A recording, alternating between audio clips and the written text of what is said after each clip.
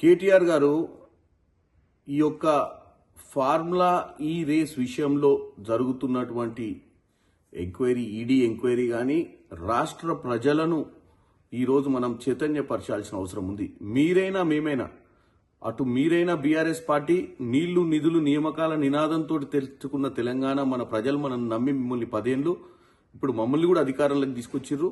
మనం అందరం కూడా బాధ్యతగా వ్యవహరించాల్సిన అవసరం ఉంది.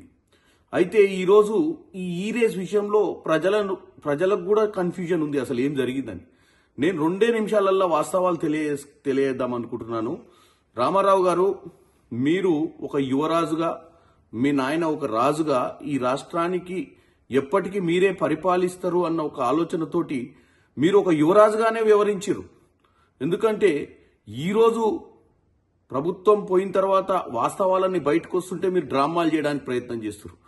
మీరు హైదరాబాద్ నగరాన్ని గ్లోబల్గా ప్రఖ్యాతి చెందాలన్న ఒక ఉద్దేశంతో క్యాబినెట్ మీటింగ్ పెట్టకుంటేనే హైదరాబాద్ నగరం కోసం ప్రపంచంలో తెలంగాణ ఔన్నత్యాన్ని చాటి చెప్పడానికి మీరు ఏదో డబ్బులు ఖర్చు పెట్టినట్టు, ఏదో హెచ్ఎండిఏ ద్వారా 55 కోట్ల రూపాయలు ఏదైతే దుర్వినియోగం చేసిరో ఇది రాష్ట్రం కోసం చేసినట్టు, రాష్ట్రంలో కాంగ్రెస్ పార్టీ ప్రజల్ని తప్పుతో పట్టిస్తున్నట్టు మీరు డ్రామా చేస్తున్నారు.